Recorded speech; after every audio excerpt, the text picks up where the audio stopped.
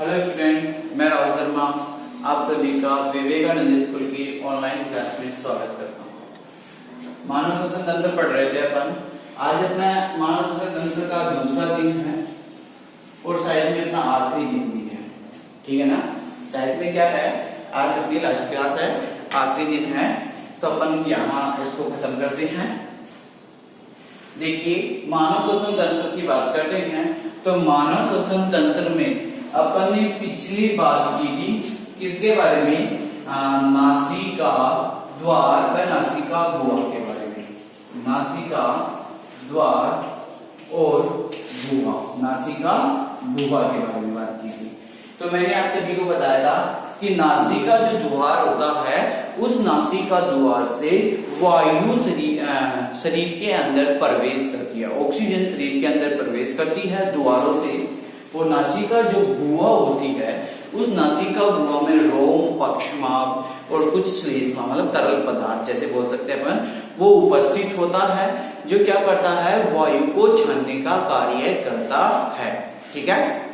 जैसे मैंने आपको बताया था कि धूल भरी अगर जगह पे जाएंगे, या अपन को यहाँ पे भी मैं बोल रहा हूँ कि मैं क्या कर रहा हूँ, यहाँ से इसको रफ करके इस डस्टर को यहाँ से ऐसे कर रहा हूँ। इसकी डस्ट क्या कर रही है कि मेरी नाकों के द्वारा नाकों में जा रही है, किससे? वायु के द्वारा।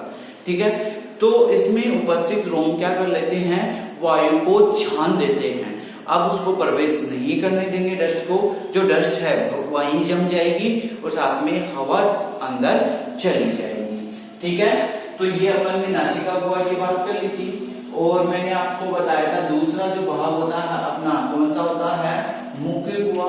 ये भी मुख्य गुहा भी क्या करता है, श्वसन की क्रिया में सहायक होता है, लेकिन इसकी तुलना में इसके द्वारा ली गई जो हवा होती है वो अशुद्ध होती है। आप सभी को पता है इसमें कोई ऐसा रोम उपस्थित नहीं होते। रोम उपस्थित नहीं होते तो क्या होगा कि इसमें जो हवा भी वैसे की वैसे चली जाएगी डस्ट के साथ। तो यहाँ अपन बात कर रहे हैं मुख्य गुहा की। ठीक है? तो मैंने आपको अभी बताया था कि इसमें कोई रोम उपस्थित नहीं होते। जब रोम उपस्थित नहीं होगी तो वायु छनेगी भी नहीं। तो कहने का तात्पर्य यह है कि वायु इसकी अपेक्षा ना, नासिका गुहा की अपेक्षा यहाँ अधिक अशुद्ध होती है। तीसरे की जो अपन यहाँ बात करते हैं, तो तीसरे की जो अपन बात करेंगे तो यहाँ जो अपन बात करेंगे इसकी ग्रसनी की। तो आप सभी को जो पाचन वाला जो चैप्टर था, उस पाचन वाले चैप्टर में आप सभी ने पढ़ लिया कि ग्रसनी क्या होती है और किस काम आती है।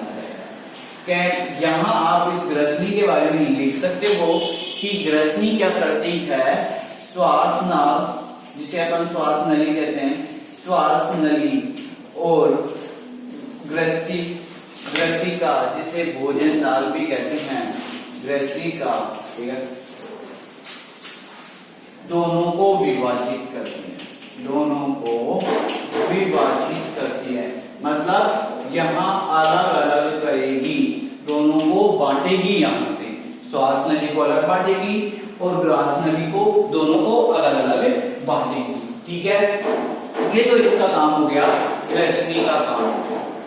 मैं फोर्थ पॉइंट बात करता हूँ तो अपना जो है इसमें फिर ऊपरी श्वसन तंत्र खत्म हो जाएगा।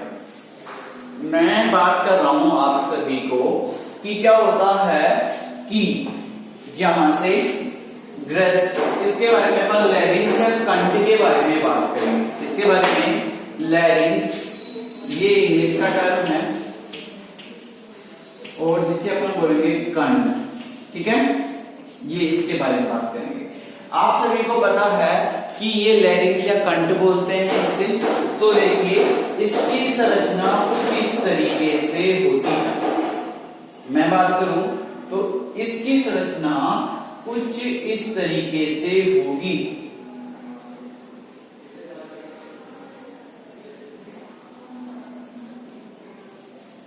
कुछ इस तरीके से होगी। इसे अपन क्या बोलेंगे? कंठ बोलेंगे। ठीक है? हाँ, तो इस कंठ को ये इस तरीके से होता है, जैसे अपन कहते हैं ना ये उबार बाहर निकला हुआ है, तो ये इस तरीके से लगा हुआ था ऊपर, और ये है मतलब एक जार पाइपनुमा संरचना होती है, ठीक है।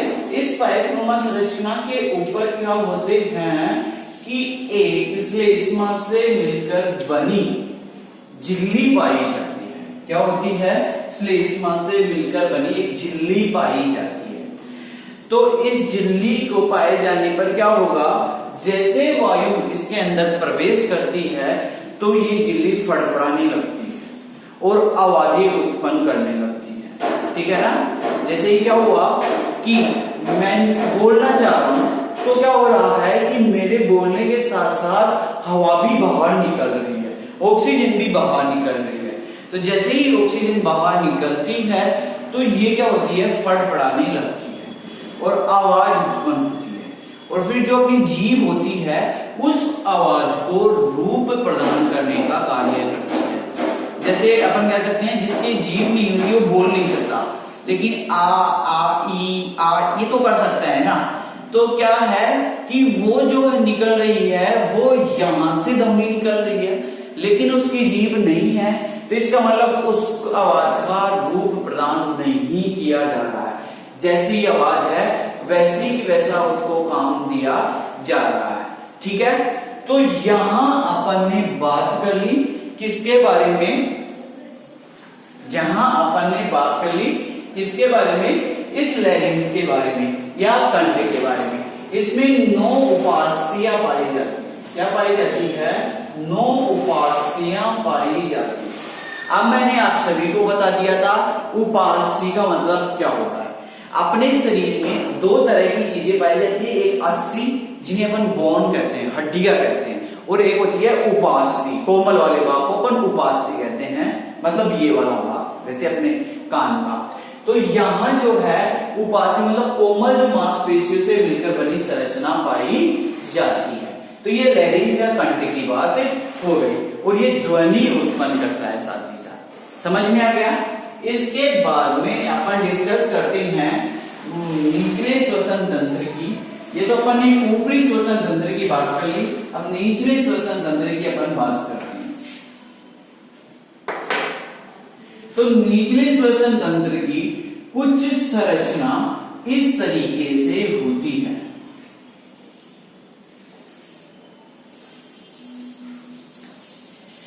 देखिए मैं आप सभी को बता देता हूं कि आप सभी को क्या करना है, साथ ही साथ इनका अभ्यास जरूर रखना, डायग्रामों का अभ्यास जरूर रखना है, क्योंकि ये डायग्राम जो होते हैं अपन को फ्री के नंबर दिलाते हैं, ठीक है। मैंने जैसे बोला कि 2 नंबर इसके हैं, लेकिन यदि आप थोड़ा बहुत भी लिख दोगे और डायग्राम बना दोगे आप, ठीक है, तो भी आपको पूरे नंबर लगभग पूरे नंबर मिल जाते हैं, यदि जिसकी राइटिंग अच्छी हो। और जिसकी राइटिंग खराब होगी तो वो उसके पास अभी भी टाइम है, वो अपनी राइटिंग को सुधार सकता है, ताकि क्या हो, उसको अच्छे नंबर मिल जाए, ठीक है। मैंने आप सभी को बता रखा है कि डायग्राम किस तरीके से याद किया जाएगा।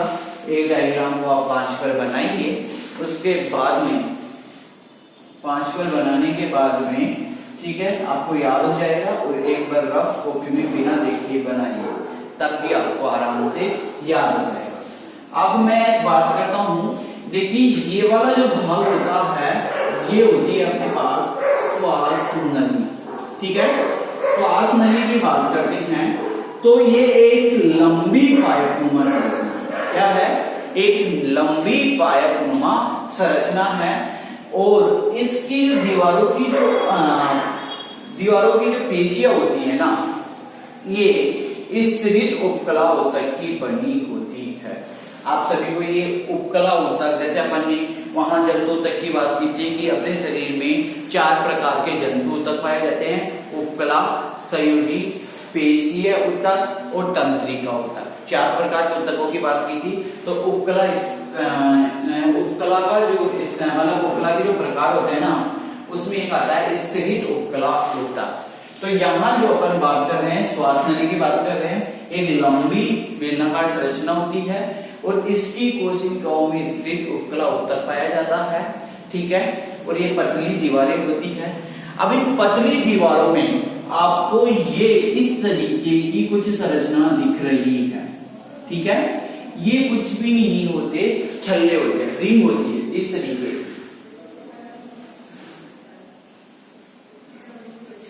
सी आकार के छल्ले होते हैं।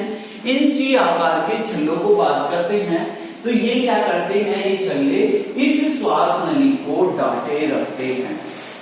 जैसे मैं बात कर रहा हूं कि ये श्वास नली है, यदि मैं इसको तेजी से इसमें हवा दूंगा, क्या करूंगा, यहां तेजी से हवा दूंगा और तेजी से अगर मैं इसको खींचूंगा तो इसकी पतली दीवारें होगी तो चिपकने का डर रहता है। क्या रहता है, चिपकने का डर रहता है। तो ये जो सी आकार के जो छल्ले होते हैं इनको क्या करते हैं, पिचकने से रोकते हैं। मतलब यहाँ का दबाव और ऊपर का दबाव, मतलब मुंह का जो है या जो नाक का जो है प्रेशर है, उस प्रेशर को और इस फेफड़ों के प्रेशर को दोनों को बैलेंस करते हैं, ठीक है। तो ये पिचकने से रोकते हैं किसको, श्वास नली को। तो सी आकार के छल्ले पाए जाते हैं जो श्वास नली को पिचकने से रोकते हैं, ठीक है। अब मैंने आपको उसी दिन बताया था कि श्वास नली जो है आगे जाकर दो भागों में डिवाइड हो जाती है, जिसे अपन क्या कहते हैं, श्वसनी कहते हैं। क्या कहते हैं, श्वसनी कहते हैं। और श्वसनी भी आगे जाके और भागों में डिवाइड हो जाती है, जैसे ये डिवाइड हो गई, जिन्हें अपन प्राथमिक श्वसनी, द्वितीय श्वसनी, तृतीय श्वसनी और चतुर्थ श्वसनी के नाम से जाने जाते हैं। मतलब और भागों में डिवाइड होगी तो और भाग बात कर देते हैं अपन, ठीक है। तो मैंने आप सभी को बताया है कि देखिए ये श्वास नली हो गई अपने पास, ये श्वास नली आगे जाकर कितने भागों में डिवाइड हो गई, दो भागों में डिवाइड हो गई। इस भाग को अपन ने क्या कह दिया, श्वसनी कह दिया। अब ये श्वसनी भी आगे जाकर डिवाइड हो गई, जिन्हें अपन प्राथमिक श्वसनी, द्वितीय श्वसनी और तृतीय श्वसनी का नाम दे दिया। और ये श्वसनी भी आगे जाकर और भी भागों में डिवाइड हो गई, जिसे अपन कहते हैं श्वसनिका।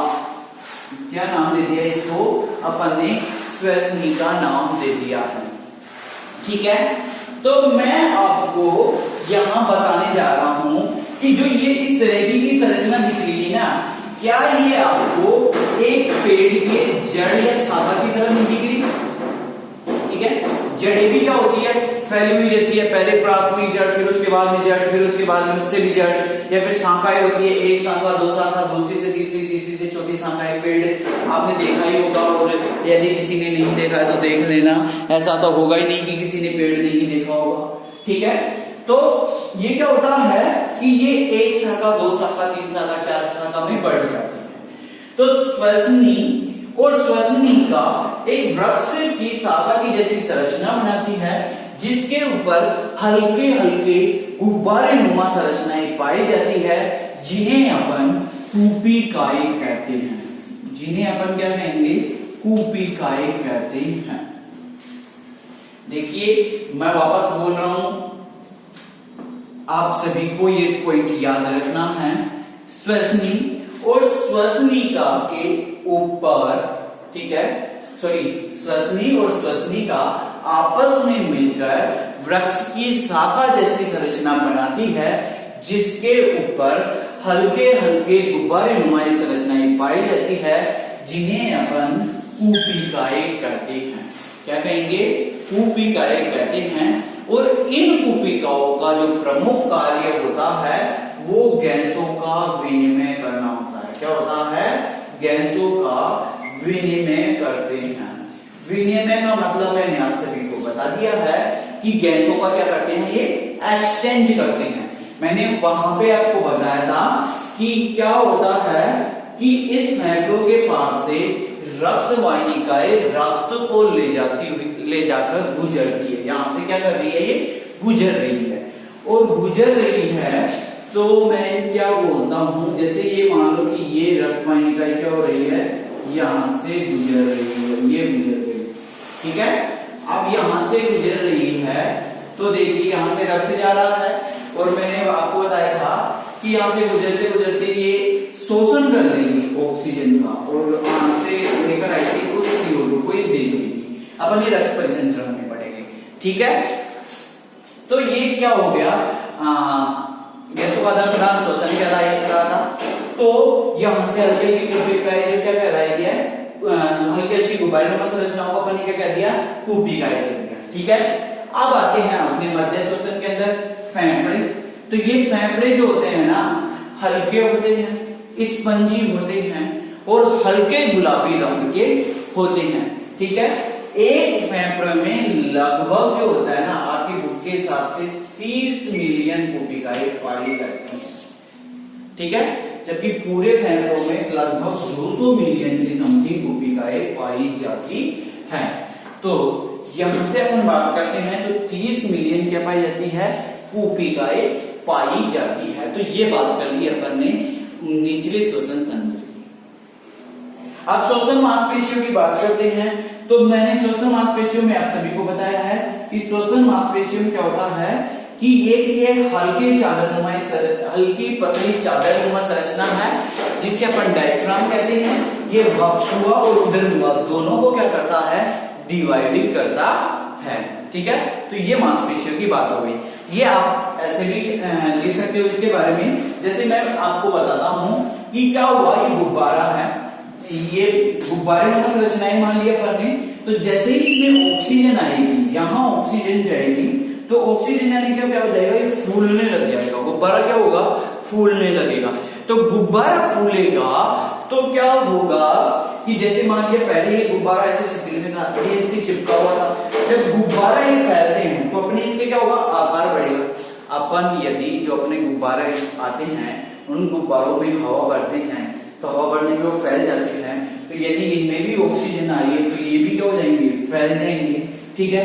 तो फैल जाएंगे तो डायफ्राम क्या हो जाएगा, नीचे की तरफ संकुचित हो जाएगा, ठीक है। क्या होगा, नीचे की तरफ संकुचित हो जाएगा। लेकिन जब ये गुब्बारे क्या होते हैं, मतलब हवा बाहर जाती है, तब ये गुब्बारे क्या हो जाएंगे, अपनी साइज में कम हो जाएंगे। तो ये क्या हो जाएगा, शिथिल हो जाएगा, मतलब ये इनकी चिपक जाएगा, ठीक है। तो संकुचन और शिथिलन होता रहता है मध्यपट में, ठीक है। ये बात कर ली अपन ने श्वसन तंत्र की। अब अपन इसकी श्वसन की क्रिया विधि के बारे में बात करते हैं। तो क्रिया विधि क्या होती है, मैं आपको बता देता हूं। यही से क्रिया विधि के बारे में आप सभी लिख लेना है, यदि फिर भी किसी को कोई प्रॉब्लम हो तो आप मेरे को बता देना। क्रिया विधि होती है वो 2 चरणों में संपन्न होती है, एक बाह्य श्वसन और एक होता है आंतरिक श्वसन। किस किसकी बात की अपन ने, एक तो बाह्य श्वसन की क्रिया विधि में, और एक जो अपन बात कर रहे हैं किसकी, आंतरिक श्वसन, ठीक है। 2 श्वसन की मैं यहां बात कर रहा हूं आपको। अब बाह्य श्वसन मतलब क्या होता है कि ऐसा श्वसन, मतलब इस प्रकार के श्वसन में गैसों का आदान प्रदान फेफड़े और रक्त वाहिनिकाओं के मध्य होता है। ये बात ध्यान से नोट करना है आपको कि बाह्य श्वसन में गैसों का आदान प्रदान कहां किन किन के बीच में होगा, फेफड़ों और प्लस में ही ब्लड, उसे अपन बोलते हैं रक्त वाहिनी, ठीक है, रक्त वाहिनी। तो मैं यहां आपको बता दिया कि बाह्य श्वसन का मतलब क्या हो गया, यहाँ फेफड़ों और रक्त वाहिनिकाओं के मध्य है, गैसों का आदान प्रदान हो रहा है। और आंतरिक श्वसन की बात करता हूं तो अपन आगे परिसंचरण में पढ़ेंगे कि ये जो रक्त वाहिनिका है यहां से जो ऑक्सीजन को लेकर जाती है और यहाँ ग्लूकोज होता है अपने पास कोशिकाओं के पास, ठीक है। अपने पास क्या होगा, ग्लूकोज होता है और उस ग्लूकोज को आके ऑक्सीजन तोड़ देता है और CO2 ले लेता है। यहां से क्या हो जाता है, ऑक्सीजन, मतलब यहां गैसों का आदान प्रदान हो रहा है। तो इसमें गैसों का आदान प्रदान किन के बीच में होगा, कोशिकाएं और रक्त वाहिनिकाओं के बीच। तो मैं यहां लिख सकता हूं रक्त वाहिनियां, वाहिनी और प्लस किसके बीच में बात करूंगा मैं, कोशिका के बीच में बातें करूंगा। तो यदि आपको पूछ लिया जाए आंतरिक श्वसन में क्या होता है और बाह्य श्वसन में क्या होता है, या श्वसन की क्रिया विधि समझाइए, तो बाह्य श्वसन में तो मतलब फेफड़ों और रक्त वाहिनिकाओं के मध्य गैसों का आदान प्रदान होगा, और आंतरिक श्वसन में रक्त वाहिनिकाएं और कोशिकाओं के मध्य गैसों का आदान प्रदान होगा। ठीक है, इससे अपन रक्त परिसंचरण पढ़ेंगे और जितना जल्दी हो सके इसकी क्वेश्चन आंसर आपको क्वेश्चन मिल जाएंगे। धन्यवाद।